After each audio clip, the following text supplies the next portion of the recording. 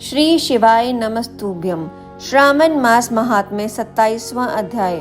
करक संक्रांति और सिंह संक्रांति में किए जाने वाले कार्य। ईश्वर बोले, हे सनत कुमार, श्रावण मास में करक संक्रांति तथा सिंह संक्रांति आने पर उस समय जो कृत्य किए जाते हैं उन्हें मैं भी आपसे कहता हूँ। करक संक्रांति तथा सिंह संक्रांति के बीच की अवधि में सभी नदियां रज्ज्वला रहती हैं। अंत समुद्र गामिनी नदियों को छोड़कर उन सभी में स्नान नहीं करना चाहिए। कुछ ऋषियों ने यह कहा है कि अगस्त्य के उदय प्रतन ही वह रजस्वला रहती हैं। जब तक दक्षिण दिशा के आभूषण स्वरूप अगस्त उदित नहीं होते तभी तक वह नदियां रजस्वला रहती हैं और अल्प जल वाली कही जाती हैं। जो नदियां पृथ्वी पर ग्रीष्म ऋतु में सूख जाती हैं, वर्षा काल में जब तक 10 दिन न बीत जाएं तब तक उनमें स्नान नहीं करना चाहिए। जिन नदियों की गति स्वतः 8000 धनुष तक नहीं हो जाती तब तक वह नदी शब्द की संज्ञा वाली नहीं होती, अपितु वह गर्त कही जाती हैं। करक संक्रांति के प्रारंभ में 3 दिन तक महानदियां रजस्वला रहती हैं। वह स्त्रियों की भांति चौथे दिन शुद्ध हो जाती हैं। हे मुने, अब मैं महानदियों को बताऊंगा, आप सावधान होकर सुनिए। गोदावरी, भीमरथी, तुंगभद्रा, वेनिका, तापी, पयोषणी, ये 6 नदियां विंध्य के दक्षिण में कही गई हैं। भागीरथी, नर्मदा, यमुना, सरस्वती, विशोका, वितस्ता, ये 6 नदियां विंध्य के उत्तर में कही गई हैं। हे 12 महानदियां देव ऋषि क्षेत्र से उत्पन्न हुई हैं। हे मुनि, देविका, कावेरी, वज्रा, कृष्णा, ये महानदियां करक संक्रमण के प्रारंभ में 1 दिन तक रजस्वला रहती हैं। गौतमी नामक नदी करक संक्रमण होने पर 3 दिनों तक रजस्वला रहती हैं। चंद्रभागा, सती, सिंधु, सरयू, नर्मदा, गंगा, यमुना, पलाश, जाला, सरस्वती, ये जो नाद संज्ञा वाली नदियां हैं वे रजोदोष से मुक्त नहीं होती। शोण, सिंधु, हरियण, कोकिल, अहिर, घरघर और शतुर्ध, ये 7 नदियां पवित्र कहे गए हैं। धर्म द्रव्यमयी गंगा, पवित्र यमुना तथा सरस्वती, ये नदियां गुप्त रजोदोष वाली होती हैं। अंत यह सभी अवस्थाओं में निर्मल रहती हैं। जल का यह रजोदोष नदी तट पर रहने वालों को नहीं होता। रजोधर्म से दूषित जल भी गंगा जल से पवित्र हो जाता है।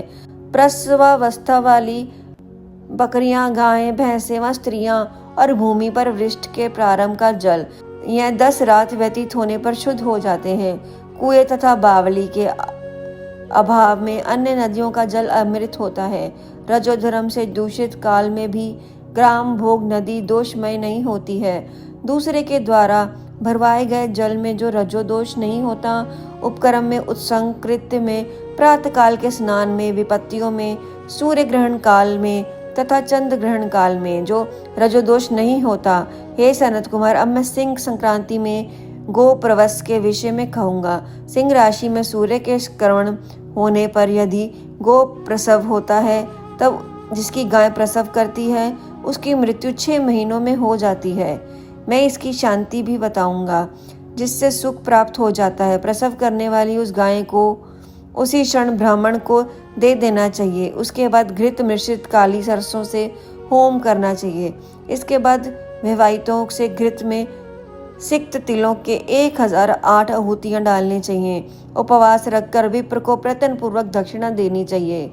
सिंह राशि में सूर्य के प्रवेश करने के बाद जब गोष्ठ में गो प्रसव होता है तब कोई अनिष्ट अवश्य नहीं होता। अंततः उसकी शांति के लिए शांति क्रम अनुष्ठान करना चाहिए। अस्य वाम, इस सूक्त में तथा तषणो, इस मंत्र में तिल तथा घृत से 108 आहूतियां देनी चाहिए। मृत्युजय मंत्र से 10,000 आहूतियां डालनी चाहिए। उसके बाद श्री सूक्त से अथवा शांति सूक्त में स्नान करना चाहिए। इस प्रकार किए गए विधान से कभी भी भय नहीं होता। इसी प्रकार यदि श्रावण मास में घोड़ी दिन में प्रसव करे तो इसके लिए भी शांति क्रम करना चाहिए। उसके बाद दोष नष्ट हो जाता है। हे सनत कुमार, अब मैं करक संक्रांति में, सिंह संक्रांति तथा श्रावण मास में किए जाने वाले शुभप्रद दान का वर्णन करूंगा। सूर्य के कर्क राशि में स्थित होने पर घृत धेनु का दान तथा सिंह राशि में स्थित होने पर स्वर्ण सहित छत्र का दान श्रेष्ठ कहा जाता है। हे श्रावण मास में दान अति श्रेष्ठ फल देने वाला कहा गया है।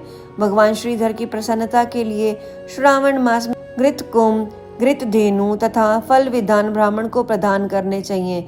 मेरी प्रसन्नता के लिए श्रावण मास में किए गए दान अन्य मासों के दिनों की अपेक्षा अधिक अक्षय फल देने वाले होते हैं। 12 महीनों में इसके समान अन्य मास मुझको प्रिय नहीं है। जब श्रावण मास आने को होता है तब मैं उसकी प्रतीक्षा करता हूँ। जो मनुष्य इस माह में व्रत करता है वह मुझे परम प्रिय होता है, क्योंकि चंद्रमा ब्राह्मणों के राजा है, सूर्य सभी के प्रत्यक्ष देवता हैं। ये दोनों मेरे नेत्र हैं। कर्क तथा सिंह की दोनों संक्रांतियां जिस माह में पड़े उससे बढ़कर किसका महात्म्य होगा। जो मनुष्य इस श्रावण मास में पूरे महीने प्रातःकाल स्नान करता है वह 12 महीनों में प्रातःकाल स्नान का फल प्राप्त करता है। यदि मनुष्य श्रावण मास में प्रातः स्नान नहीं करता तो 12 महीनों में किए गए उसके स्नान का फल निष्फल हो जाता है। हे महादेव, हे देव सिंधु, मैं श्रावण मास में उषा काल में प्रातः स्नान करूंगा। हे प्रभु, मुझे विघ्न रहित कीजिए। प्रातः स्नान करके शिव जी की पूजा श्रावण मास में सत कथा का प्रतिदिन भक्ति पूर्वक श्रवण करना चाहिए। बुद्धिमान व्यक्ति इस प्रकार से ही मास व्यतीत करता है। अन्य मासों की प्रवृत्ति पूर्णमासी प्रतिपदा से होती है, किंतु इस मास की प्रवृत्ति अमावस्या की प्रतिपदा से होती है। श्रावण मास की कथा का महात्म्य का वर्णन भला कौन कर सकता है। इस मास में व्रत, स्नान तथा श्रावण आदि से जो 7 प्रकार की वंद्य स्त्री होती है वह भी सुंदर पुत्र प्राप्त करती है। विद्या चाहने वाला विद्या प्राप्त करता है, बल की कामना करने वाले को बल मिल जाता है, रोगी आरोग्य प्राप्त कर लेता है, बंधन में पड़ा हुआ व्यक्ति बंधन से छूट जाता है, धन का अभिलाषी धन को पा लेता है, धर्म के प्रति मनुष्य का अनुराग हो जाता है तथा पत्नी की कामना करने वाला उत्तम पत्नी प्राप्त करता है। हे मादन, अधिक कहने से क्या प्रयोजन। मनुष्य जो चाहता है उसको पा लेता है और मृत्यु के बाद मेरे लोक को पाकर मेरे सानिध्य में आनंद प्राप्त करता है। कथा सुनने के बाद वस्त्र, आभूषण आदि से कथावाचक की विधिवत पूजा करनी चाहिए। जिसने वाचक को संतुष्ट कर दिया उसने मानो मुझ शिव को प्रसन्न कर दिया। श्रावण मास का महात्म्य सुनकर जो वाचक की पूजा नहीं करता, यमराज उसके कानों को छेदता है और वह दूसरे जन्म में बहरा होता है। अंततः समर्थ अनुसार वाचक की पूजा करनी चाहिए। जो मनुष्य उत्तम भक्ति के साथ श्रावण मास महात्म्य का पाठ करता है अथवा सुनता है अथवा दूसरों को सुनाता है उसको अनंत पुण्य की प्राप्ति होती है।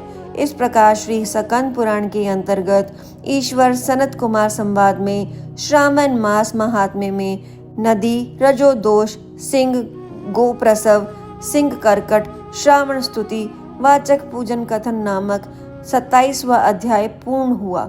ओम नमः शिवाय।